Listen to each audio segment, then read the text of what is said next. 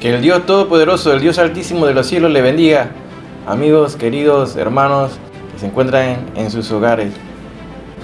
Nuevamente con un estudio más de la Sagrada Escritura. Estamos estudiando, recuerden, el libro, el Evangelio de Juan. Ya estamos hoy en la sexta parte. Hoy tenemos el título así: el amigo del esposo, el que viene de arriba. Atentos pues hermanos, pues este es un canal, usted sabe, ya lo hemos dicho muchas veces, que aquí nos interesa que estudie la Biblia juntamente con nosotros. No es un canal que lucramos, no te pedimos que nos mandes dinero ni ofrendas, nada de estas cosas. Pedimos solamente tu atención por unos minutos, que nos prestes tus oídos y tu corazón, y que el Señor abra el entendimiento de cada uno de nosotros para que asimilemos lo que el Señor nos tiene para el día de hoy. Estamos en días muy difíciles. Recordemos que estamos en los tiempos finales de la iglesia aquí, antes del rapto. O sea, estamos terminando el periodo de la gracia que está a punto de culminar. Evento que pronto ocurrirá en cualquier momento, que es el rapto, el arrebatamiento de la iglesia. Nunca perdiendo de vista siempre las profecías finales, las que se están dando y suscitando a nuestro alrededor. Pues son muchas cosas las que están ocurriendo en forma simultánea y se está acomodando todo lo que dice exactamente como lo describe la Sagrada Escritura en los libros de Daniel, el libro de Apocalipsis, y así los libros de los profetas que están en la Sagrada Escritura, tanto del Antiguo como del Nuevo Testamento. Es importante, como dice la palabra de Dios, conocer los tiempos en que estamos viviendo. Esto, conociendo los tiempos, dice la palabra de Dios en Romanos. ¿Lo recuerdan? Conociendo los tiempos en que estamos viviendo, que ya es hora de levantarnos del sueño. Bueno, ya hemos hablado sobre este tema, pero es importante que siempre recalquemos que la enseñanza de la palabra de Dios, llevar la palabra, involucra que la transmitas a otros y que no te la quedes tú. Así que, hermanos, te pedimos que en este momento que te suscribas. Si no es primera vez que ves este programa, bueno, te suscribes en el canal y así te llega la información. Cada vez que se sube un video nuevo, te va a llegar el recordatorio a tu celular, a tu tablet, a tu computadora, para que no te pierdas la secuencia de tu estudio, pues son importantes. Es el libro de Juan, que lo hemos descrito como un libro sencillo pero bien profundo, el cual se describe el testimonio de nuestro Señor Jesucristo. Así que, sin más preámbulos, saludo a todos, desde norte hasta Sudamérica, República Dominicana y todos los lugares donde se reúnen cada día o domingo a estudiar, escudriñar y a escuchar la palabra de Dios. Así que, comencemos hoy la sexta parte del Evangelio de Juan. Hoy tenemos el amigo del esposo, el que viene de arriba. Así dice el libro de Juan en el capítulo 3. Vamos a estar estudiando del capítulo 3, del verso 22 hasta el capítulo 4, hasta el verso 14. Vamos a estar ahí, anótalo, Juan 3, del 3, verso 22 hasta Juan capítulo 4, verso 14. Hasta allá vamos a estar estudiando el día de hoy. Continuamos hoy estudiando el capítulo 3 del Evangelio de según San Juan. En nuestro programa anterior avanzamos hasta el versículo 21. Hoy seguimos hasta el 22 entonces. Y decíamos que este se refiere al juicio del mundo. El día en que el mundo crucificó a Cristo. Hizo una gran decisión. Ahora, debe ser juzgado por Dios. Recordamos que Jesús estaba hablando con Nicodemo y que Nicodemo era fariseo, principal entre los judíos. Ahora los fariseos creían que cuando viniera el Mesías vendría como juez, porque el Antiguo Testamento presentó dos aspectos de la venida del Mesías a esta tierra. Uno era su venida como Salvador, llegando a esta tierra para morir y para pagar la pena. El otro aspecto era su venida como juez. De modo que los fariseos consideraban que el Mesías sería un juez cuando viniera, porque así lo dice el Salmo 2, capítulo 9. Lo quebrantarás con vara de hierro. Salmo 2.9. También Daniel habla en el capítulo 7, del 13 al 14. Habla de él como el juez del mundo entero. Asimismo, el Salmo 45 habla del reinado del Mesías sobre el mundo con justicia.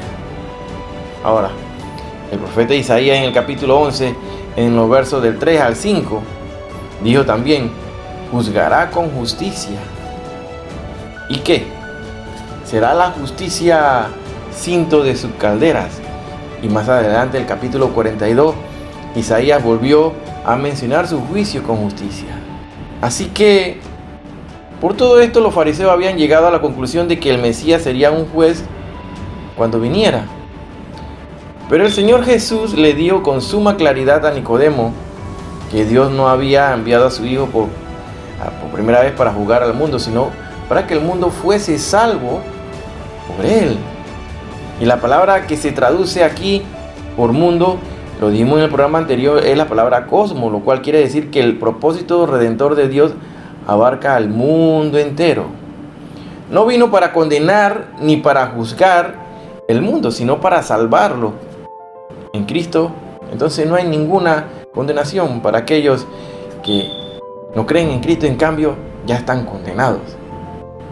En Cristo no hay condenación, solamente en aquellos que no creen en Cristo.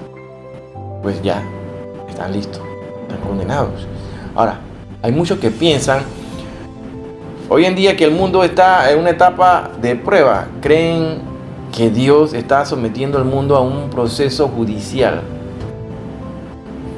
Porque sí, porque todas las cosas que ocurren alrededor del mundo, la gente dice que son juicios de Dios. Pero no son juicios de Dios, en realidad.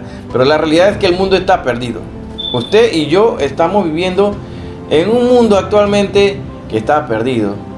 Y no es necesario esperar hasta el juicio final para saber que el mundo está perdido. Su situación es similar a la de un hombre en la cárcel.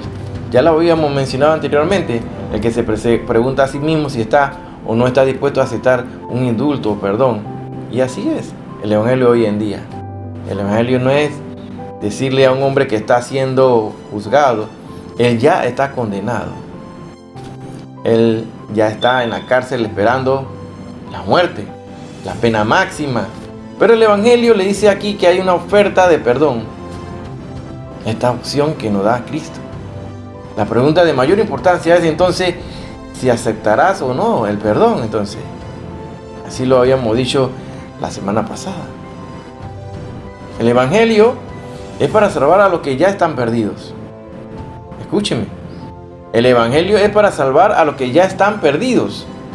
La condenación o el juicio es que la luz ha venido al mundo, pero siendo el hombre pecador por naturaleza, sus obras son malas. Por tal motivo, la Biblia dice aquí que los hombres amaron más la tiniebla que la luz. Así lo dice Juan capítulo 3, verso 19. El hombre que no ha nacido, el que no ha nacido de nuevo, tiene cierto parecido con las ratas, que siempre corren hacia el rincón más oscuro de una sala cuando se enciende la luz. ¿Cierto o no? Es natural que los hombres no quieran la luz, porque esta revela sus malas obras, esta luz. Solo los que vienen a Cristo, es decir, solamente los que vuelven a Él, quieren la luz. Leamos ahí en Juan capítulo 3, estamos en los versos 20 al 21. Así dice la palabra de Dios. Pues todo aquel que hace lo malo detesta la luz y no viene a la luz, para que sus obras no sean puestas al descubierto. Pero el que practica la verdad viene a la luz, para que se pongan de manifiesto que sus obras son hechas en Dios. Al comienzo de este programa dijimos que comenzaríamos nuestro estudio de hoy considerando a partir del verso 22, pero creemos que es necesario retroceder un poquito y leer una vez más los versos 20 y 21. Repasemos. Así dice la palabra de Dios. Pues todo aquel que hace lo malo detesta la luz y no viene a la luz, para que sus obras no sean puestas al descubierto. Ahora, pero el que practica la verdad viene a la luz, para que se ponga de manifiesto que sus obras son hechas en Dios. Fíjese usted ahora, en estos versículos nuestro Señor habló sobre tantas cosas desde un punto de vista negativo. Y dijo, porque todo aquel que hace malo aborrece la luz y no viene a la luz. ¿Cierto? Son afirmaciones negativas. Porque todo aquel que hace lo malo aborrece la luz y no viene a la luz. Para que sus obras no sean puestas al descubierto. Es mucho lo que se habla sobre el poder del pensamiento positivo. Hoy muchos predican la confesión positiva que hemos hablado anteriormente, esa doctrina de confesar y poner de un lado a la deidad de Dios, el poder de Jesucristo, y que el poder está en tu boca, que tú lo que sale de tu boca eso se hace, que si ata aquí se desata allá y arriba y abajo. Bueno, han vuelto una doctrina que en verdad se ha diseminado, introducido a las iglesias. Entonces tú le preguntas a un hermano, ¿cómo estás? En victoria. Pero tú lo ves en realidad que no está en victoria, porque todo lo demuestra lo contrario. No le va bien, sus negocios están mal, no tiene trabajo, están enfermos. Bueno, entonces tú lo ves a la gente confesando cosas que no son. Y hay que tener mucho cuidado con esto, ¿no? La confesión positiva. Pues entonces, ¿para qué está Jesucristo? ¿Para qué murió por nosotros, por sus llagas? Todo lo que pidamos al Señor tiene que ser en el nombre de Jesucristo. En nombre del Padre, del Hijo y del Espíritu Santo. Pero no a nombre propio. No se puede. En el nombre de Jesús, tú puedes hacer las cosas. En el nombre de Jesús, eres sano. En el nombre de Jesús, confieso que seré sano. En el nombre de Jesús, siempre pidiéndole a Jesucristo. Estimado oyente, la verdad es que hay mucho poder también en el pensamiento negativo y en el hablar de forma negativa. Pues si tú comienzas a hablar y a hacer comentarios negativos, créeme que vas a llamar las cosas negativas y te van a llegar, porque abre las puertas a los demonios para que se introduzcan dentro de ti. Entonces te comienzan a hostigar y te comienzan a ocurrir cosas malas que tú te preguntarás entonces, ¿por qué me está pasando esto? No, porque tú le abriste las puertas, tú comenzaste a decir cosas negativas. Ahí ellos dicen, aquí es el momento de aprovecharme. Estos son los demonios. Entonces, escuchemos otra de las afirmaciones del Señor Jesucristo. En el Evangelio según San Marcos, capítulo 2, en el verso 17 leemos, no he venido a llamar justos, sino a pecadores. En el mismo Evangelio de Marcos, capítulo 10, verso 45, el Señor dice, porque el Hijo del Hombre no vino para ser servido, sino para servir y para dar su vida en rescate por muchos. De ahí que muchos falsos apóstoles, falsos profetas actualmente se han levantado alrededor del mundo para que les sirvan, para que le brinden pleitesía, que son los intocables. Pues ellos se han puesto títulos que ni le corresponden y entonces quieren sobresalir sobre el resto de los cristianos y que lo reconozcan, que le den reconocimiento, que lo sienten en los primeros puestos. Va en contra todo lo que dice la palabra de Dios. Pues si usted quiere sentar dentro de los primeros, ten cuidado que no se vayan a correr atrás, porque va a venir alguien más importante que te va a hacer que te corran hacia atrás. Así que aquel que se cree mayor en el reino de los cielos es el más pequeño. Y el que se humilla y que se sienta como el más pequeño es el más grande en el reino de los cielos. La palabra de Dios no miente y es así. Pero parece que a estos grandes apóstoles, grandes profetas, grandes patriarcas se le olvidó esta parte de la Sagrada Escritura. En el Evangelio de según San Marcos, en el capítulo 2, en el verso 17, leemos, no he venido a llamar a justos, sino a pecadores. Es aquí otra afirmación, hermano, en el capítulo de aquí de Marcos, no he venido a llamar a justos, sino a pecadores. Ahora, el Señor siempre ha tomado lo más vil y pecador de este mundo para demostrarle y enseñarle a la humanidad. Tal vez no hemos sido los mejores ejemplos, los mejores cristianos, pero el Señor puso la mirada en ti porque tú eres un pecador. Que tal vez no estudiaste lo suficiente y no fuiste a instituto bíblico y no fuiste a tal seminario y etcétera, etcétera, etcétera, que son títulos dados por el ser humano. Lo más importante es que tú seas elegido por nuestro Señor Jesús, por Dios, que tú seas elegido por Él para llevar el mensaje, siendo tú un vil pecador y hundido en el lodo cenagoso, en lo más profundo. De allá nos saca el Señor para enseñar la Sagrada Escritura. Ahora, en el Evangelio de Marcos, capítulo 10, verso 45, el Señor dijo: porque el Hijo del Hombre no vino para ser servido, sino para servir. Y ahí es donde quedamos ahorita, para dar su vida en rescate por muchos. Él vino a servir. El Señor vino a servir, no que le sirvieran. ¿Por qué no aprenden de esto? Aquí está muy claramente. En el versículo 17 de este capítulo 3 de Juan, Jesús dijo: porque no envió Dios a su Hijo al mundo para condenar al mundo. Pero Jesús añadió aquí que todo aquel que hace lo malo aborrece la luz. En otras palabras, cualquiera que practicase habitualmente lo que fuese malo, odiaría la luz. La luz y la verdad se utilizan de la misma manera. Mas el que practica la verdad viene a la luz, dice el versículo 21 de Juan, capítulo 3. Pero el error y las tinieblas que aparecen asociados siempre presentan un contraste totalmente frente a la luz y a la verdad. Y con estas palabras termina este relato sobre la entrevista entre Jesús y Nicodemo. Leemos en el verso 22 al 24. Después de esto vino Jesús con sus discípulos a tierra de Judea y estuvo allí con ellos y bautizaba. También Juan bautizaba en Enón junto a Salim, porque había allí muchas aguas y la gente llegaba y se bautizaba, pues aún no había encarcelado a Juan. Este es el testimonio, entonces de aquí comienza el testimonio de Juan el Bautista. En esos días, Juan todavía podía predicar que el reino de los cielos se ha acercado.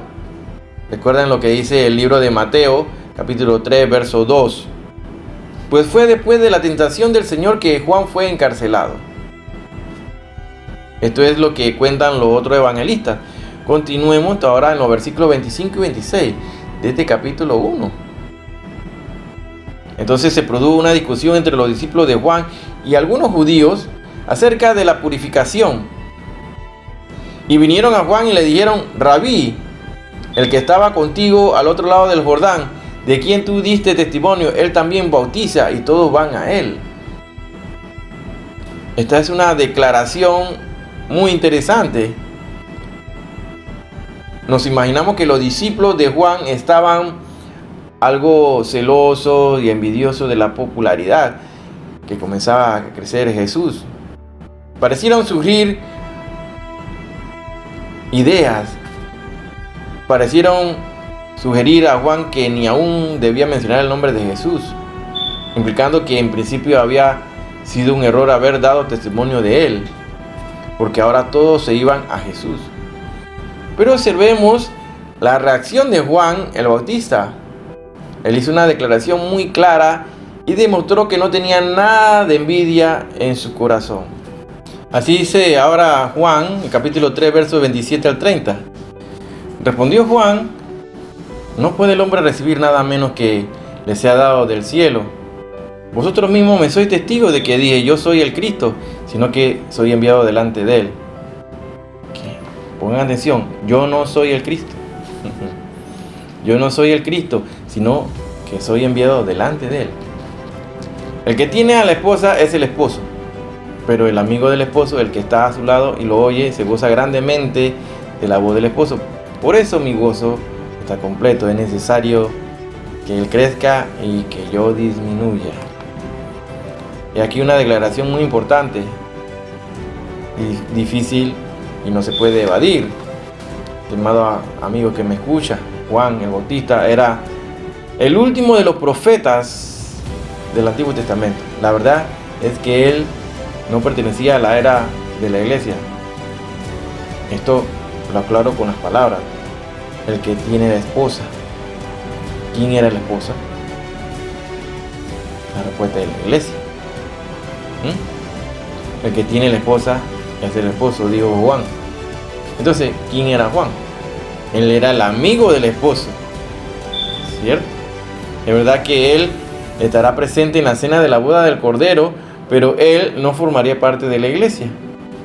Al ser el último de los profetas del Antiguo Testamento, surgió desde la página del Antiguo Testamento y llegó hasta el Nuevo Testamento para anunciar la venida del Mesías.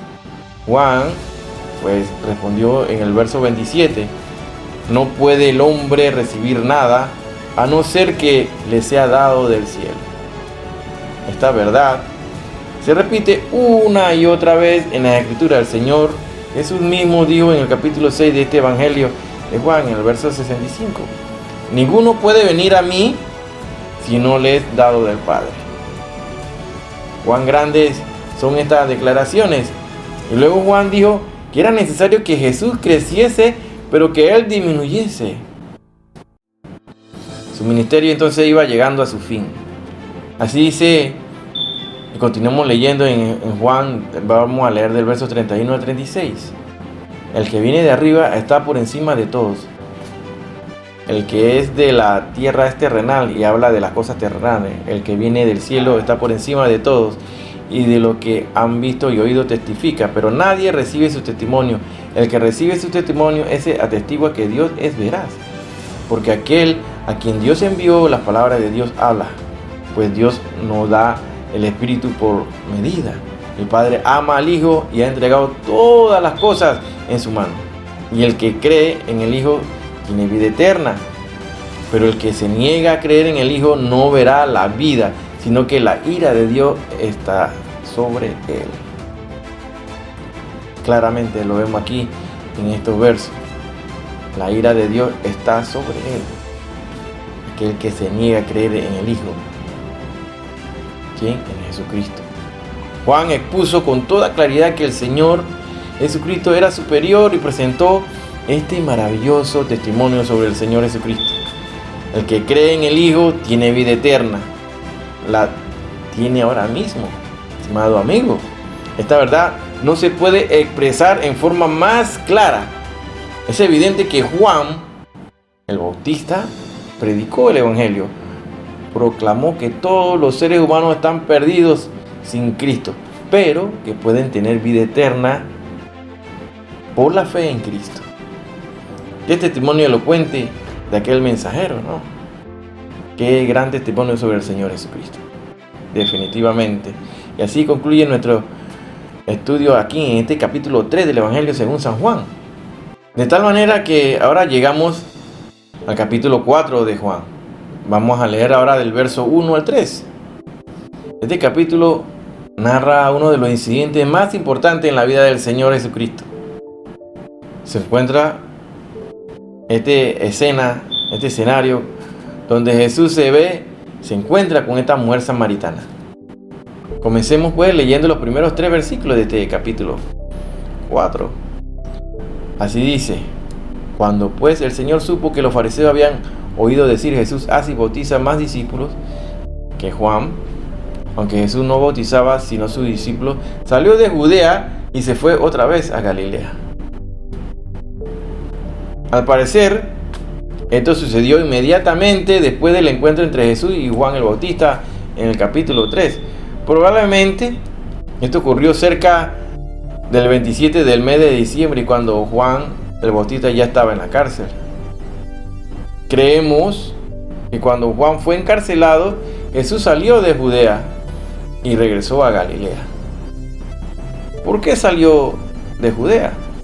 Bueno, no quería precipitar una crisis, ¿no? Es que el Señor Jesús estaba actuando según un horario. Aquel horario era un horario celestial, un horario fijado por el Padre. Jesús había dicho con toda claridad que Él había venido para hacer la voluntad del Padre. Y vamos a ver en el capítulo 10 de este Evangelio, en los versos 18, dice al respecto a su vida: nadie me la quita. Así dijo Jesús: la vida nadie me la quita, sino que yo de mí mismo la pongo. Tengo poder ¿para qué? Para ponerla, y tengo poder para volverla a tomar. Este mandamiento recibí de mi Padre. Son declaraciones de nuestro Señor Jesús. Estaba hablando en cuanto a su muerte venidera. No podían detener a Jesús hasta que llegara a su hora. En el capítulo 13 de Juan, donde primero leemos que la hora de Jesús había llegado, en el verso 1 de este capítulo 13 dice: antes de la fiesta de la Pascua, sabiendo que su hora había llegado para que pasara de este mundo al Padre, Jesús pues estaba viviendo según un horario ya puesto por el Padre, un horario previsto, estimado amigo. Había venido al mundo para cumplir la voluntad del Padre.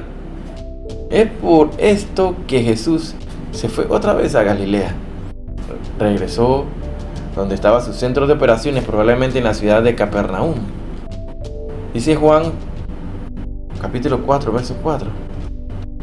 Y le era necesario pasar por Samaria. Continuemos aquí estudiando esta parte de la escritura, en el capítulo 4, verso 4, donde tenemos el relato cuando Jesús habló con la mujer en el pozo de Sicar. Y le era necesario pasar por Samaria, dice la palabra de Dios.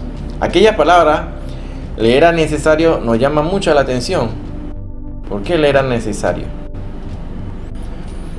¿Por qué le era necesario pasar por Samaria? Bueno, porque quería alcanzar a la mujer de Samaria.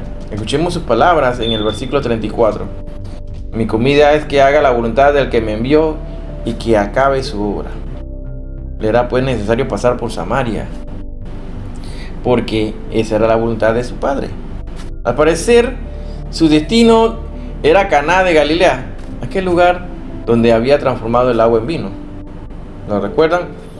Había un hombre noble, un oficial del rey en Capernaum que tenía un hijo enfermo, y entonces Jesús se dirigió hacia Capernaum. Pero le era necesario pasar primero por Samaria. Había 3 rutas que él podía haber seguido. Podría haber viajado a lo largo de la costa. Había allí un camino que hoy en día todavía se encuentra allí, este camino. Podría haber pasado por Perea, que está al este del río Jordán, o bien podría haber pasado por Samaria. Eran los 3 caminos.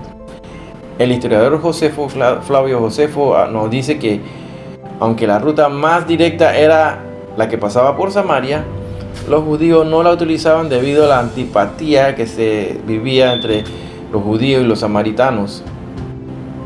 Sin embargo, Jesús usa esa vía. Tomó ese camino, pasó por Samaria porque quería alcanzar a la gente que despreciaba de esa región, a esa gente despreciada, entre la que se encontraba la mujer samaritana. Así dice Juan capítulo 4, 5 al 6. Fue pues una ciudad de Samaria llamada Sicar, junto a la heredad que Jacob dio a su hijo José, y estaba allí el pozo de Jacob. Entonces Jesús, cansado del viaje, se sentó junto al pozo. Era como la hora sexta. Asimismo dice en el versículo 5: fue pues a una ciudad de Samaria llamada Sicar, junto a la heredad que Jacob dio a su hijo José. El sepulcro de José estaba cerca de la bifurcación del viejo camino romano al sur de Sicar. Allí, junto al pozo, fue donde Jesús se encontró con la mujer samaritana. El monte Gerizim está situado al noroeste de allí, y la sinagoga de los samaritanos estaba en la cuesta del monte Gerizim. Y esta es en breve el escenario donde tiene lugar esta entrevista con la samaritana. Leamos ahora el verso 6. Y estaba allí el pozo de Jacob. Entonces Jesús, cansado del viaje, se sentó junto al pozo. Era como la hora sexta. La hora sexta, según la hora romana, serían aproximadamente las 6 de la tarde. Pero al parecer aquí se sigue la hora judía, que correspondería a las 12 del mediodía. Dice que estaba cansado del camino. ¿Cuán perfectamente humano era Jesús? El Señor también sentía hambre, también sentía sed, sentía el calor, buscaba sombras también para guarecerse del sol. Y Juan, Aquí Juan describe aquí, el autor de este evangelio presenta al Hijo de Dios como Dios manifestado en su cuerpo físico. El escritor dijo al principio de este evangelio, el verbo fue hecho carne. Mira, si me estás escuchando nuevamente, hay algo aquí que es abrumador, aunque el lenguaje sea sencillo. Piénselo. El Dios de la eternidad vino a esta tierra, el verbo o la palabra fue hecha carne y habitó entre nosotros. Acapó su tienda entre nosotros y al pasar por Samaria, se sentó allí junto al pozo para alcanzar a esta mujer samaritana. En aquel entonces los samaritanos, por lo general, eran personas bastante pobres. Así dice el verso 7, llegó una mujer de Samaria a sacar agua. Y Jesús le dijo, dame de beber. Llegó esa mujer y le dice al Señor, el Señor le dice, dame de beber. Como veremos más adelante, se trataba obviamente de una mujer de vida licenciosa. Era una mujer ruda e inmoral. ¿Qué contraste había entre ella y el hombre que vimos en el capítulo anterior, ¿no? Que conocemos como Nicodemo? Observemos que con Nicodemo, un hombre muy religioso, muy sabio, muy inteligente, muy estudioso, un fariseo, principal entre los judíos, ahora nuestro Señor se portó de una manera más bien áspera. Fijémonos ahora en lo delicado que fue con esta samaritana. Le pidió un favor y apeló a su benevolencia. Estaba sediento y le pidió agua para beber. Qué condescendencia por parte de Jesús, ¿no? El que es el agua de vida, le pide a ella un poco de agua. Eran las 12 del mediodía y sus discípulos habían ido a la ciudad para comprar alimentos. El hecho de que fueran a comprar comida a los samaritanos revela el rechazo de Jesús a los prejuicios de los judíos, que consideraban la comida de los samaritanos como impura. En el verso 9 sigue diciendo así, la mujer samaritana le dijo, ¿cómo tú siendo judío me pides a mí de beber, que soy mujer samaritana? ¿Por qué judíos y samaritanos no se tratan entre sí? Obviamente ahí no se llevaban, no se toleraban los judíos y samaritanos. Por 2 veces ella rehusó darle agua. Por 2 veces. Aquí ella fue ruda, insolente, atrevida e impertinente. Y resaltó la distinción racial, o sea, entre el trato entre samaritanos y judíos. Pero veamos lo que nuestro Señor hizo aquí. Llegó al lugar más bajo al que podía llegar. Observemos cómo el Señor se portó con ella. Era muy hábil, simpático, pero también habló con ella enérgicamente, fielmente y objetivamente. No le dio un discurso sobre la integración, ni sobre los derechos civiles, ni los derechos humanos, y nada, esta cosa de la xenofobia y el racismo, ¿no? No le dio ningún discurso de esto. Él no era un candidato para ocupar un cargo político. Simplemente apeló a su curiosidad femenina. Creó en ella un interés y una sed.